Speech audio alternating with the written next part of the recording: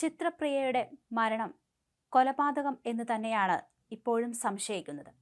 ശനിയാഴ്ച മുതൽ പെൺകുട്ടിയെ കാണാനില്ലായിരുന്നു. പെൺകുട്ടിയുടെ ആൺ സുഹൃത്തിനെ ചോദ്യം ചെയ്തു വരികയാണ്.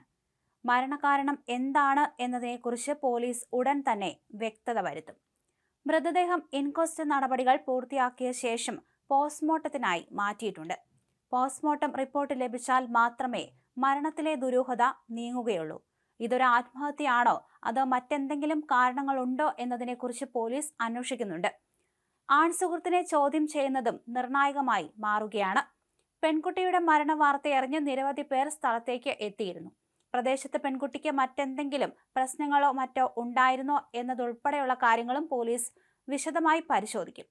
പെൺകുട്ടിയുടെ മൊബൈൽ ഫോൺ ഉൾപ്പെടെയുള്ള ഇലക്ട്രോണിക് ഉപകരണങ്ങൾ വിദഗ്ധ പരിശോധനയ്ക്കായി കൈമാറുന്നുണ്ട്.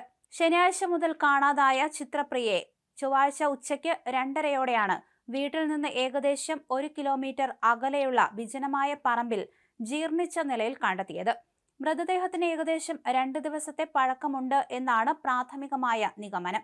അമ്മ ഷിനി ജോലി ചെയ്യുന്ന കാറ്ററിംഗ് സ്ഥാപനത്തിലെ സഹപ്രവർത്തകർ നടത്തിയ തെരച്ചിലിലാണ് കുട്ടിയുടെ മൃതദേഹം കണ്ടെത്തിയത്. മൃതദേഹത്തിന് 2 ദിവസത്തെ പഴക്കമുണ്ട്. കുട്ടിയുടെ തലയിലും ആഴത്തിൽ മുറിവേറ്റിട്ടുണ്ട്.